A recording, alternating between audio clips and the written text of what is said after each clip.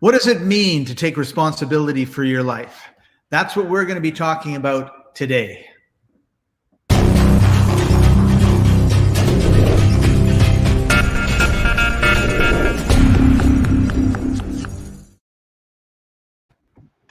Welcome, everybody. I'm Scott Patton. I'm Chaffee Conwayan. Yeah. And we're talking about some of the reasons why people are not successful in business. And of course, oftentimes, if you're not successful in business, you're also not successful in your personal life, and there is definitely overlap. And one of the biggest problems is denial. And denial comes from not taking responsibility. Like it's Chaffee's fault, not my fault. And of course, thanks, Scott. And away you go from there down this rabbit hole that will never get you what you want. And I think not taking responsibility. But I think part of the problem, Chaffee, is that people don't understand what responsibility is. And so let's start off with a level playing field. What do you think when people talk about responsibility, what do they mean in your mind? Well, responsibility, the key word of responsibility is response, right? And it's your response to something that's happening, and your use and pointing and blaming other people, or your response could be, oh, well, it happened, and how do I deal with it, right? And so that's the key thing, is that when something happens, and I think, I guess we'll just dive right into it, Scott. Well, it's so funny because you're absolutely right. I totally agree with everything you said. And if I'd answered it first, it would have been, I think, either completely different or obscure. I'm not sure which way to go with it. Okay.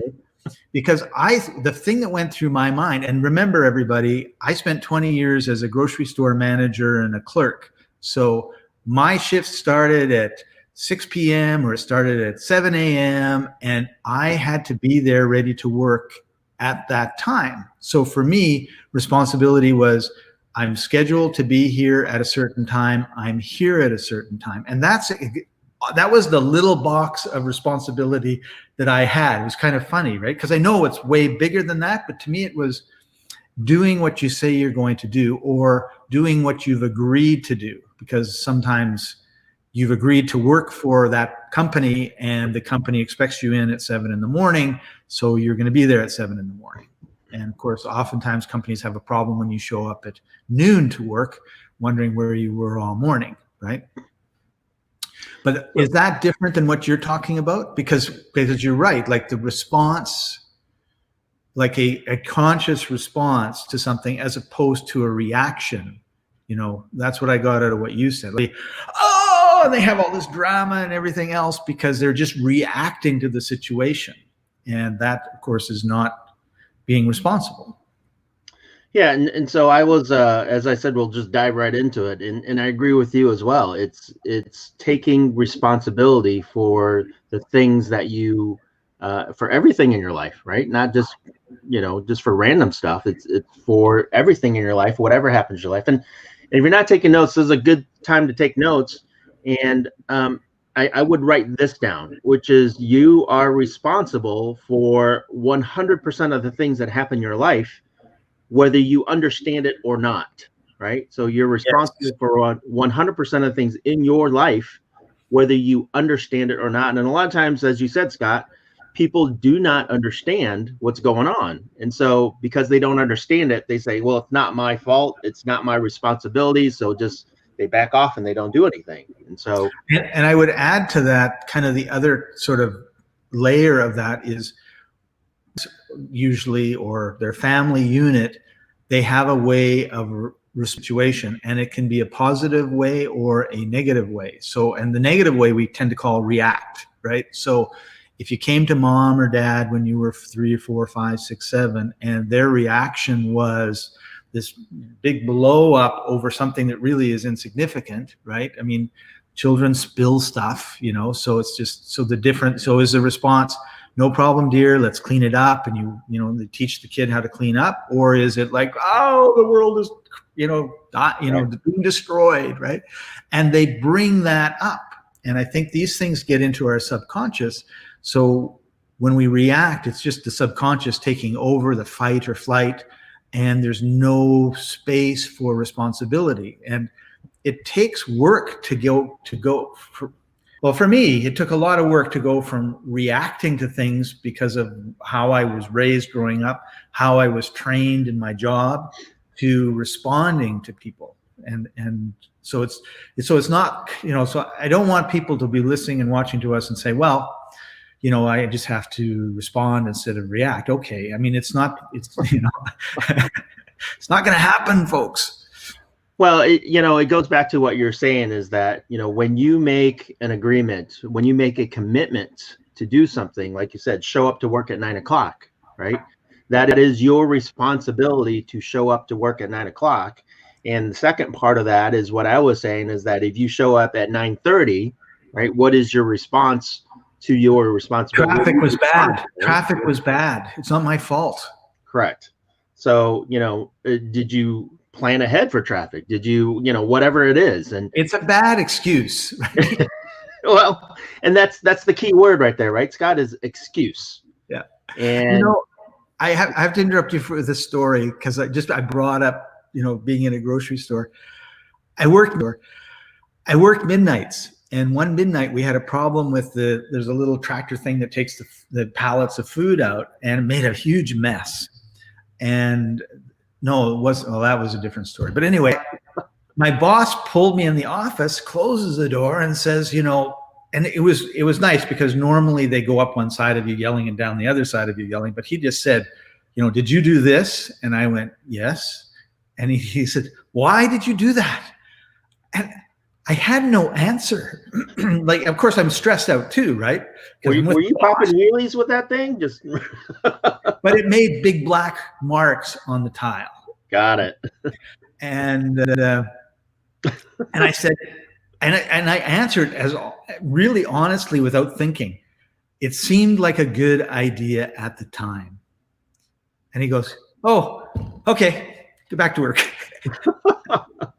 But if I'd have said, Chaffee told me to do it, or I can't even think of an excuse, right? Yeah. Any excuse, but taking responsibility, he would have been ripping me apart, right? I mean, he was like a lion, just ready, because he was pissed, right? He was like mad at me because this thing happened and it shouldn't have happened, and I did it. Everybody knew I did it, right? But it wasn't your fault, right?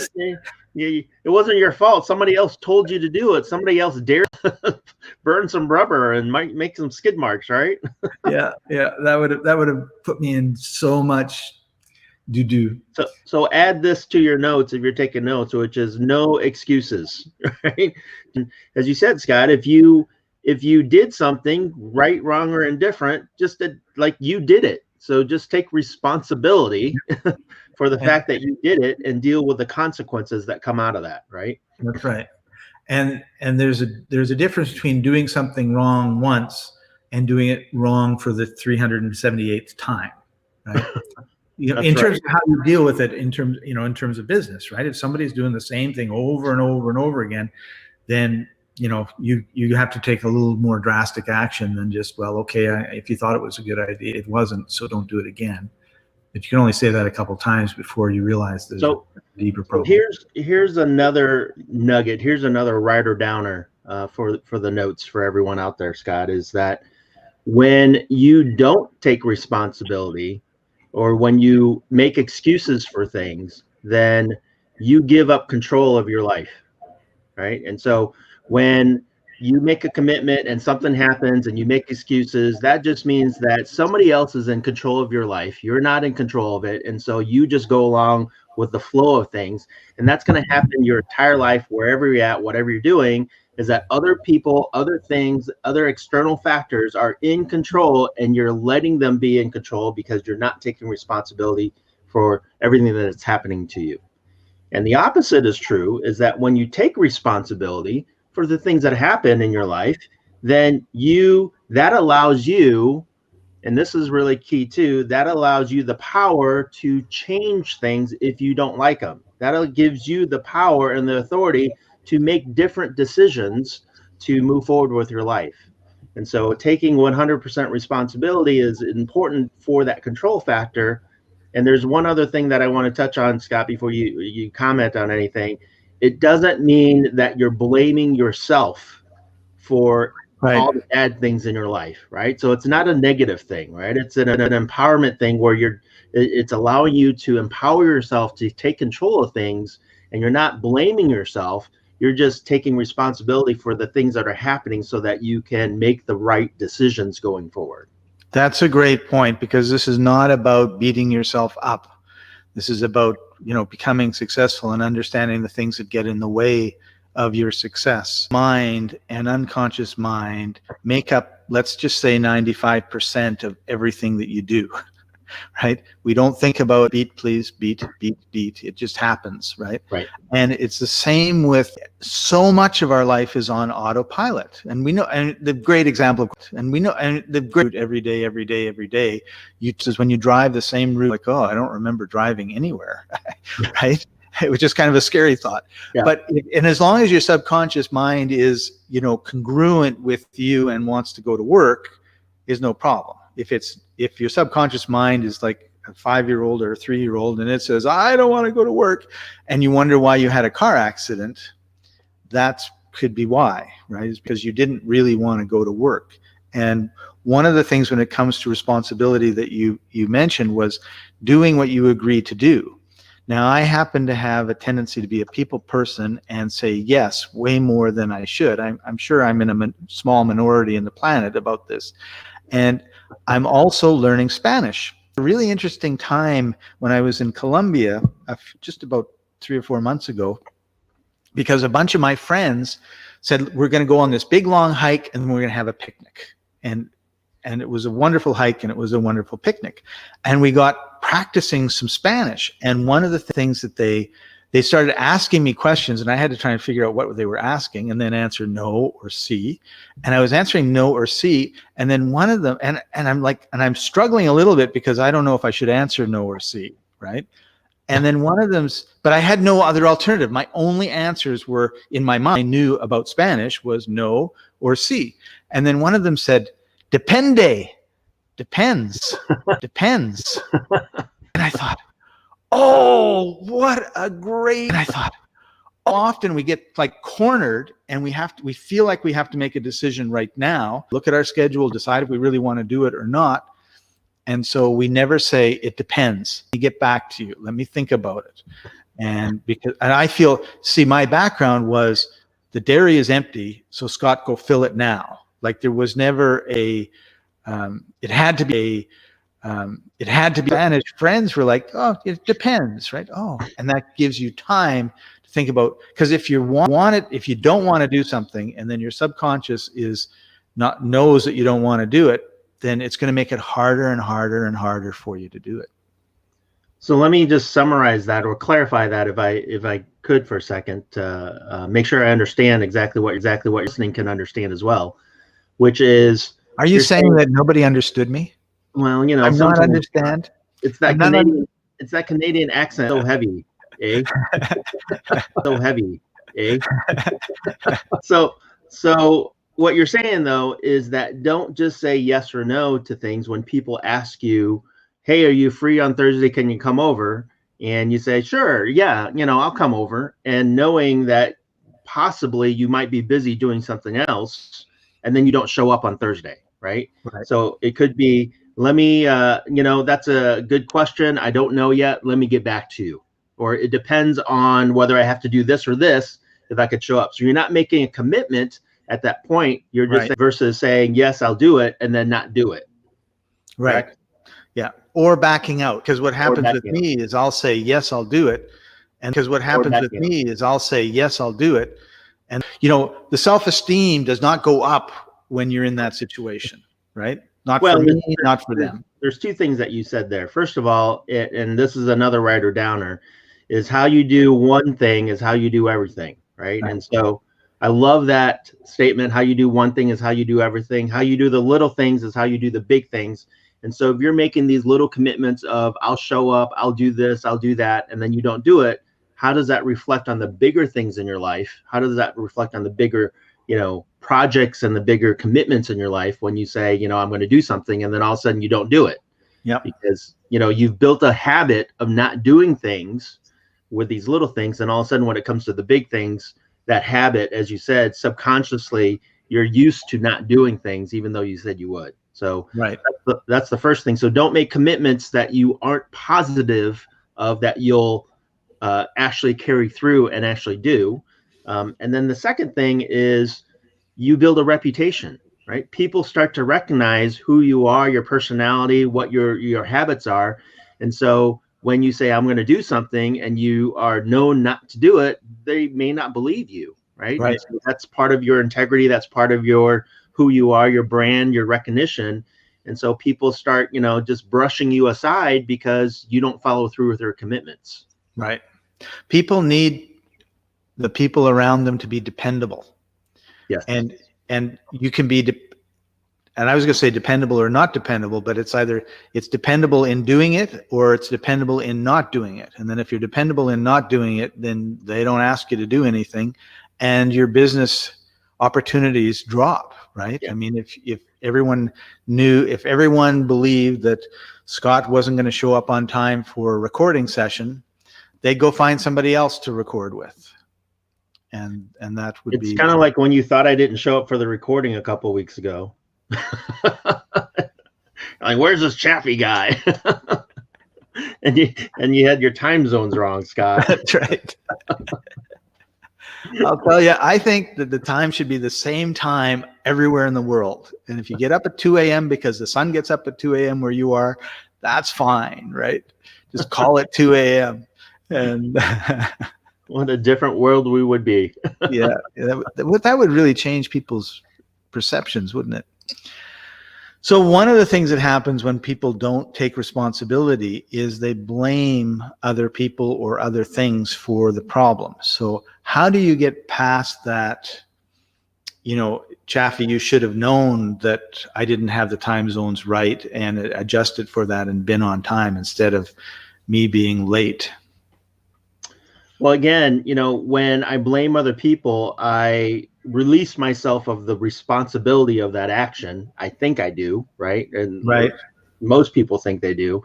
And so because I've released myself of that action, that situation can reoccur. That situation can pop up anytime in my life because I haven't taken care of it, right? I've just said, oh, it's not my fault. It's not my responsibility. It's, it's all Scott's fault.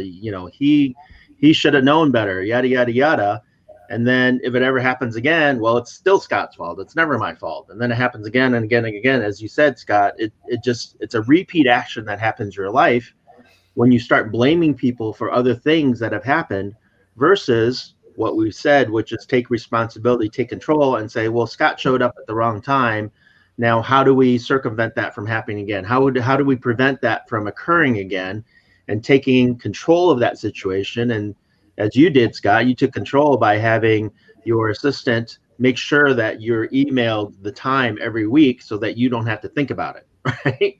No, I had her email you every week so that you knew the correct time to show up. Okay. There you go. But, I want to go back to this responsibility and responding, right? Because when we're in a situation that's stressful and tense, we're angry, or we're upset, it's very easy to just, well, like we said, react, not take responsibility.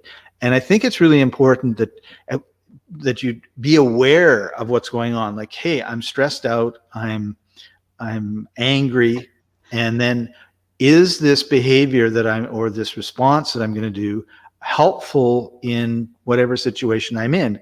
And as you were talking, you reminded me of a time when I was with this gal, like this is almost 20 years ago, and she loved watching like The Bold and Beautiful, the soap opera in the afternoon. And we were heading out and she goes and she puts the VHS cartridge, this is a long time ago, in, and has it set to record. But when she put it in, she wasn't paying attention, and she put it in enough that it pushed it out. And I'm standing there and I see that, right? And I'm mad at her this day. Like, I'm really not very happy with her at all. And I thought, I could just leave that. And then she'll get home and she'll be all mad because not my fault, right? So this little self-sabotaging or relationship sabotaging thing was going on. And I thought, well, that's not really who I want to be. So I pushed it in.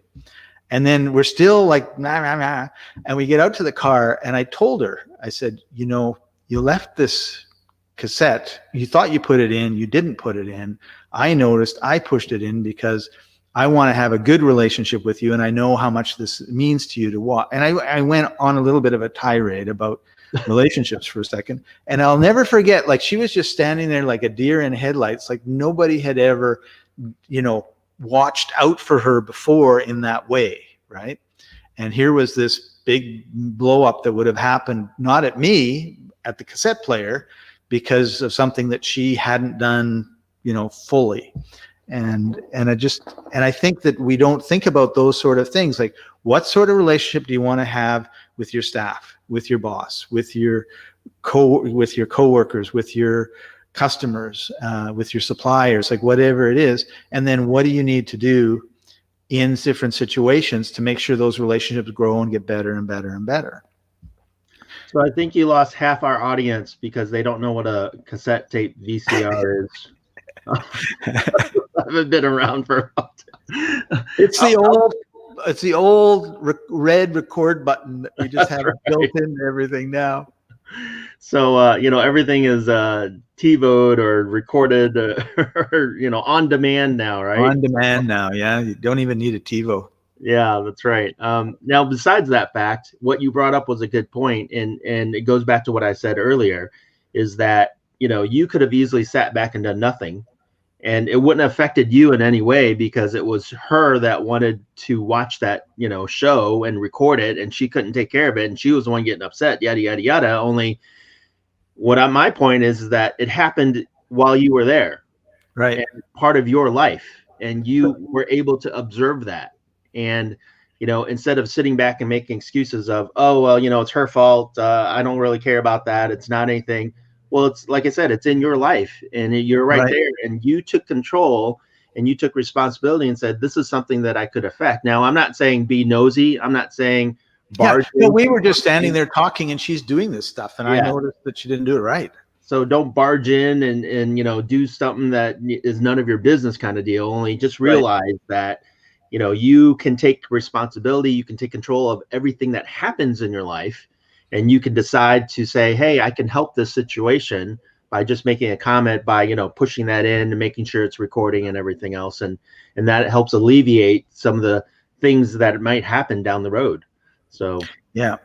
Well, it's the emotional bank account, right? Like if you make deposits in there, then when something goes wrong, like when I have a meeting with somebody and I don't have a strong relationship with them at this point, like it's kind of in the beginning part, and they miss the appointment. They say, oh, I'm so sorry. Like I thought it was at 2 and not at 1.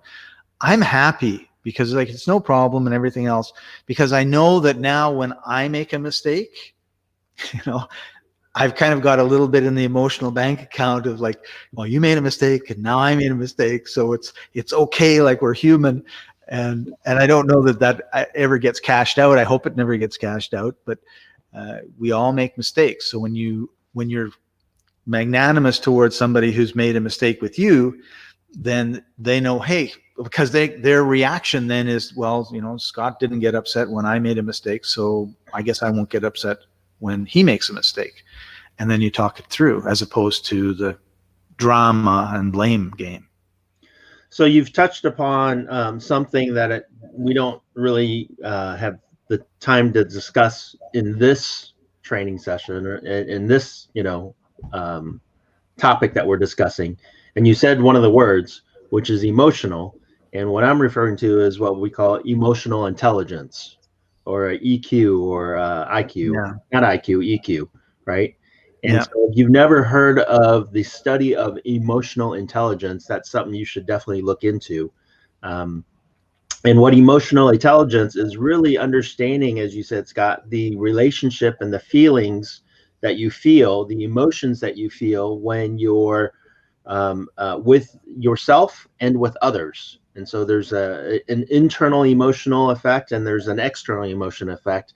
And so when you do get upset at something, the sooner you recognize that you're upset, the faster you can deal with that situation, right? So Right. some people get upset and they don't know they're upset and they just rant and they rave and go on and on and on, and they don't recognize how they're affecting their lives and other people's lives by ranting and being, grumpy and upset. And if you sit back and just say, I'm really grumpy right now. Why am I grumpy? And ask those questions and then figure out I'm grumpy because this occurred, and then say, well, how do I, deal with this so that I'm not so grumpy? Or if I am grumpy, what can I do with that? Right. Right. And And that's, sometimes, you just have to sit in it and just let it kind of percolate and go away, because there are times when it's appropriate to be sad. Maybe it's appropriate to be grumpy. I don't know about that one, but there are times when it's appropriate to be mad or to be concerned, or like some of the things that we think of as negative, not so far as like hating people. I don't think that's ever appropriate, but there are times when it's like, it's appropriate. And I remember when I was like 8 months in Medellin, Colombia, and I put down roots and I had good friends. And then when I left, like for the week before I left and about 2 weeks after I left, I was sad. And I'm like, why am I sad? I'm sitting on this beautiful beach. My health is good. My family's good. Business is good. Like I had no reason. And then it took me a while to realize that I'm missing my friends, which is a totally appropriate, response and emotion and a feeling, right? And then, but once you understand, like self-awareness is a key part of emotional intelligence. yeah. And once you're aware of like where it's coming from, then it's kind of like that, because I was worried, like, why am I depressed, right? But now it's like, oh yeah, I'm behaving normal. Because when you leave your good friends, you should be sad, right? Otherwise, like they weren't really good friends. And then I could be with it, right? Because I wasn't like trying to figure out what was going on, because then I knew what was going on. And then you just sit with it, and then it just, it does its natural whatever it does, and then you're on to new feelings. But which is when I was I had a student once that I was working with. This was years ago, and he was in an investment deal, a real estate deal, and he had a business partner that he was working with. And this business partner took all the money, took everything, and ran away. And so he was, rightly so, he was very upset, shall we say. Yeah. He was more than upset. He was, very angry, shall we say. And, by the time he got to me, this had already occurred, and he had talked to a bunch of people, and everyone was like, it's not your fault. Don't be upset. You couldn't have done anything. It's your partner's fault. He screwed you over. He ran off. There's nothing you could do. So, don't worry about it. You'll get over it. You'll be fine. And that really made him even more upset, right? Because he wasn't allowed to express his anger. He wasn't allowed to be upset or angry because it wasn't his fault, right? Yeah. And when he got to me and I sat down with him and we were talking, I was just like, man, I'd be pissed. Excuse me. I'd be, I'd be super, upset. I'd be angry. He's like, really? He's like, yeah, you should be angry. That's what I was telling him. Like, I'd be upset. Why shouldn't you be upset? Like, you should be angry, get upset, get mad. Yeah. And I was like, you and I could literally see like this weight lifted off his shoulders that, somebody finally gave him permission, which he could have done himself, only he didn't understand it. Right. Right. Only, somebody finally gave him permission to be angry at the situation. To be human. Right? And I said, it's okay to be angry as long as, one, you recognize that you're angry. And then two, realize that anger is another source of energy for you to use. Yes. When you recognize that, to do something. And so I said, what are you going to do about it? Are you going to sit there and wallow in your anger? Are you going to sit there and just cry and be a victim of woe is me that, my partner ran off with everything and screwed me over? Or are you going to take that anger and go do some more deals and make more money and then forget about it because, you've now like recouped all your losses and you're moving forward with things. It's like, are you going to take that anger and use it as empowerment, or are you going to take that anger and let it beat you down and, you know, not do anything? And he didn't even realize he could do that, right? Because he was told not to be angry. And so yeah, it was blocking everything, and then he's stuck. Yeah, that's huge. So, you know, recognizing the fact that, one, it's okay to be angry and it's okay to feel emotions, right? And then two, determining what to do with those emotions after you recognize it. That's key, and that's part of emotional intelligence, is realizing that you have authority, you have power and control of doing things when you feel certain things. So emotions are very powerful, and so many people are just on autopilot, you know, their entire lives, and they don't even realize it. So yeah. Or as your friend, they're suppressing the emotion, right? You've got this powerful energy in you that can just catapult you to new heights if you use it the right way. And all his friends are helping him to push it down and tamper it, you know, and not let it out and not let it get expressed. And that's just, and what's the point, right? Like, you were reminding me of, I have a Bachelor of Commerce honors degree, and there's only 2 or 3 things I remember. And one of them was a professor saying, business is all about logic. It has no room for emotions. And I just think, was there a more incorrect statement said in a university than that? I don't know, right? Like, it was just like, he's totally wrong. It's all about relationships. It's all about business. I mean, emotions, because you typically, we like to deal with people. We prefer to deal with people that we know, like, and trust. I don't trust you. Why? You know, like, this guy trusted his partner, and unfortunately that didn't work out great. But if he didn't trust his partner wouldn't be his partner, right? You know? So the question is, you know, when you're taking responsibility for that situation and the partner ran off with the money, is, you know, are you responsible for that, or are you the victim for that? And you know, we're talking about taking responsibility for your life, and my response to that would be, you know, going forward, what can you look for in a partner so that this may not occur, or that would lessen the chances of it occurring again? You know, finding the right partner is critical. Did you, you know, before you partnered up with this individual, who were they? What did you know about them? And realizing that, you know, sometimes anything and everything you do in your life, you're still going to make mistakes, and that it's okay to make mistakes. It's just an ever growing, ever learning process that you always need to learn from your mistakes so that you move forward.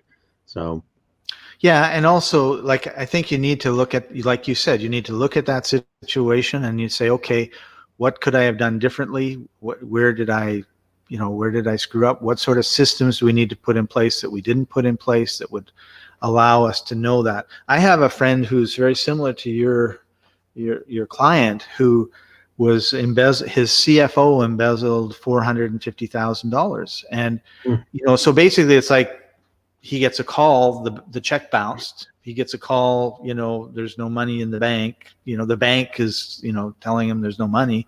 And he's like, what happened? And the guy's gone with the money. And he was mad. And so his response was to go to the police. And the police said, well, you know, in these situations, it's hard to prove. It's this, it's that. You should just, like, let it go. And he wouldn't let it go. So he spent the next 2 years creating a 2,500-page document that he then took to the police, and they had a criminal case. They charged the guy. They convicted the guy. He went to jail. He also did a civil suit to get his money back. The guy had a gambling problem. He had no money. So then they said, well, you know, if we put him in jail, I mean, it's up to you. They actually, you know, you're the victim. You're the victim. So, you know, we're giving you the options. He can go to jail, you'll never get your money back, or he could, you know, do this community stuff, whatever it is, and, you know, maybe get a job and then maybe be able to pay you your money back, which is probably not going to happen. I don't know what the final decision was, but he pretty much lost his business because he spent 2 years focusing on revenge and not 2 years focusing on restoring his business. So he had all that energy that he put into the 2,500 pages, if he'd have taken that and put it into his business, he would have been a lot better off. So sometimes, you have to make sure that you're using what you're using constructively, not, it looks, you could make a case that it looks constructive, but the bottom line is that when you have, when you're stumbling from month to month to month to pay the bills, and before you had $400,000 in the bank, you're not, right? Yeah. And so again, I would agree with you in the sense of, you always want to do what you can do, right? You always want to, in that kind of situation, stay on top of it as much as possible. And you always want to focus on creating more. You always want to focus on moving forward in a positive way, because that negative energy, when you're focusing, whatever you focus on grows, right? And that's a right counter too. Whatever you focus on grows. And when you focus on fraud and negativity and stealing, that stuff just grows, and then you attract more of that in your life. And as you said, he ended up just going out of business, whereas he would have focused on rebuilding, regrowing, and redoing, then he could have gotten to a certain point. And he still could have, maybe started building a case over the long term if he wanted to, with a minimal amount of energy. Right. Only the main focus would have been building and growing. And after a certain point, he could have then decided, well, what's happened has happened, and I'm doing so well now that it doesn't really matter anymore, and he could have dropped it. Or then he could have paid somebody to do it instead. Right. So, right. Well, 2,500 pages. I mean, how many books could you have written instead? Exactly. Right. Yeah. And he could have been a best-selling author. I mean, I don't know, but it was just the bottom, the end result was not a good result. And it was because but that's how powerful, the energy is, that the emotional energy we have, because the police told him, forget it. It's not going to happen. His lawyer told him, forget it. It's not going to happen. And he proved them all wrong. Like, they looked at the case, the attorney general looked at the case, or whoever, they charged the guy, here's all that, yeah, I'm guilty, and off to jail he went. So you can do anything, there's so much that we can do when we're not tapping down and pushing against the energy, and when we're not misdirecting the energy is my point. Well, and that's the key, is that he could have taken that energy, right, and directed it in the right way, versus taking that energy and going down the rabbit hole, which is what he did. Right. Right. So the last point that we want to talk about is about not accepting / taking control. And we've talked a little bit about it. In fact, in both your friend and my friend who got ripped off,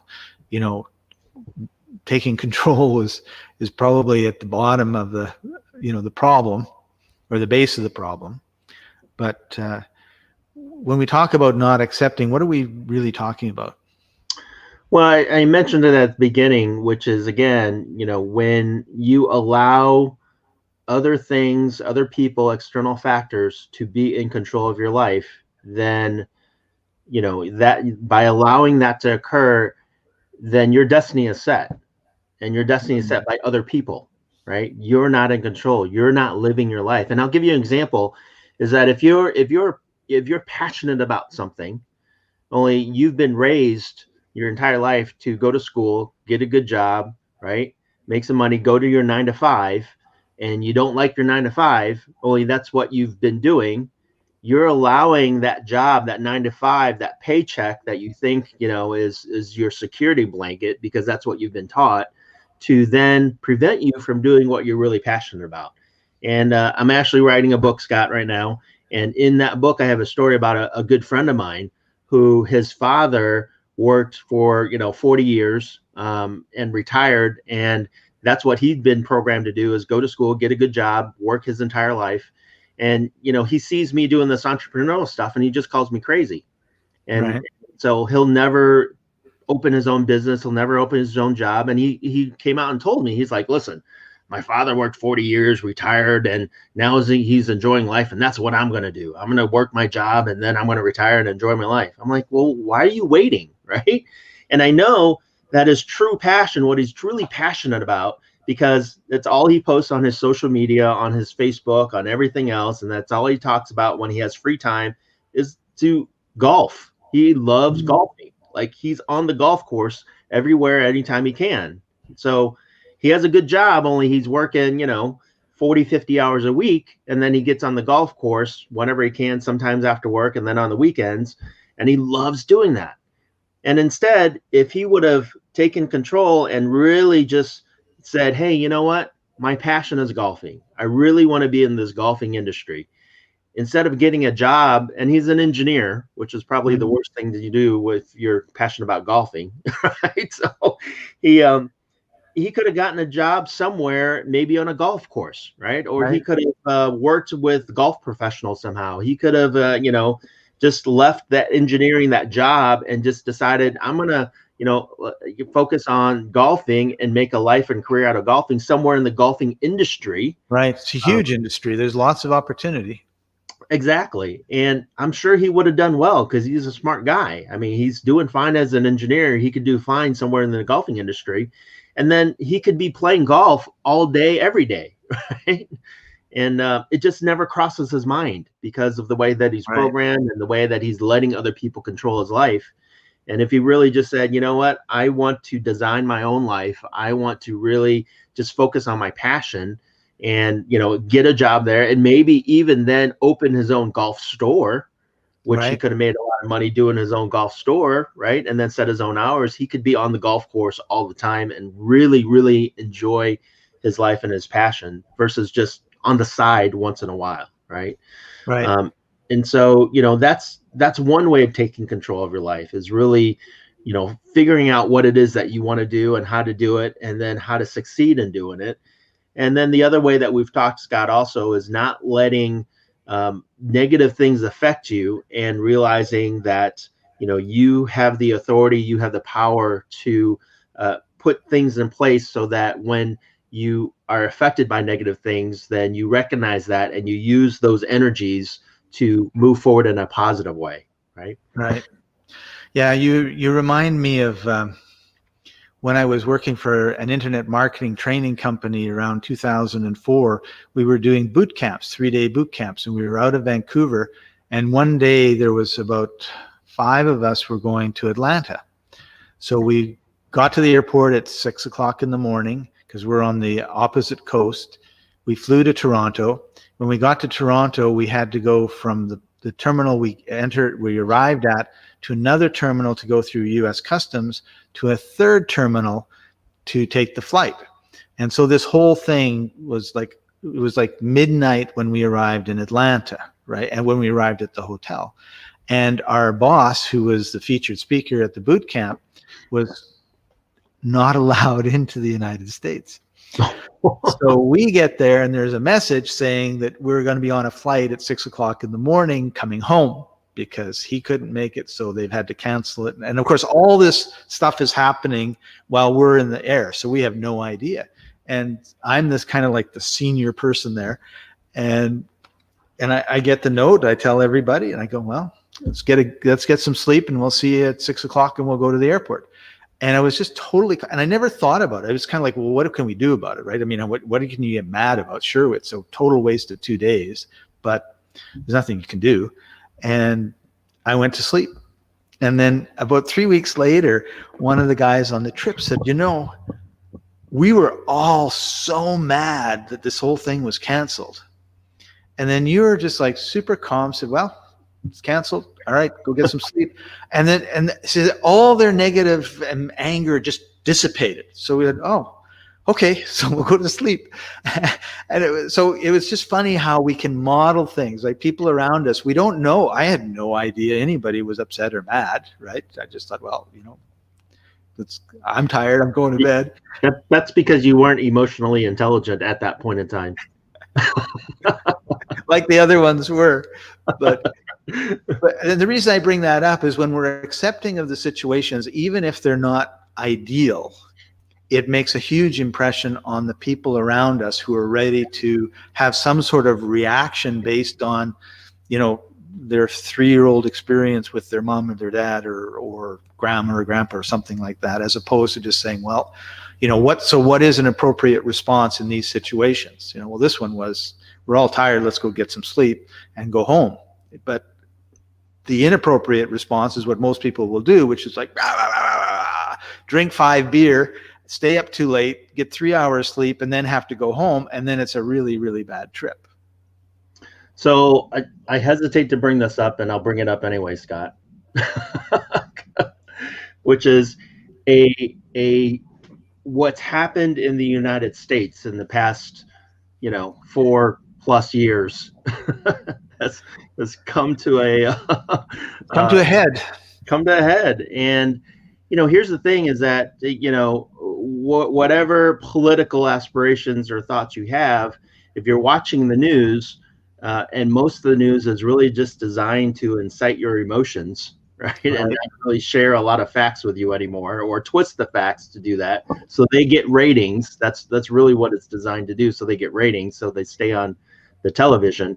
And if you allow that affect you in your life, you're going around every single day upset and angry, and making poor decisions based upon certain things. Right. And when you just think about it, is if this really bothers me and this really makes me upset, what are the things that I can do about it?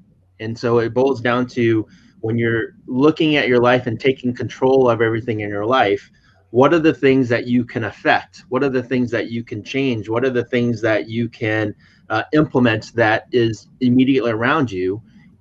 And are you doing that? And then everything else that's happening in the world, politically or religiously or emotionally or business-wise, or whatever, can you do anything about that? And if you are unable to do about it, then just accept it and then move on, right? Because if you're not going to, like for example, if politically you don't like what's going on politically, well, then if you don't like it and you're not going to do anything about it, then why are you complaining about it? Why are you upset about it? Why are you, it's the national pastime of all nations. That's why. That's right.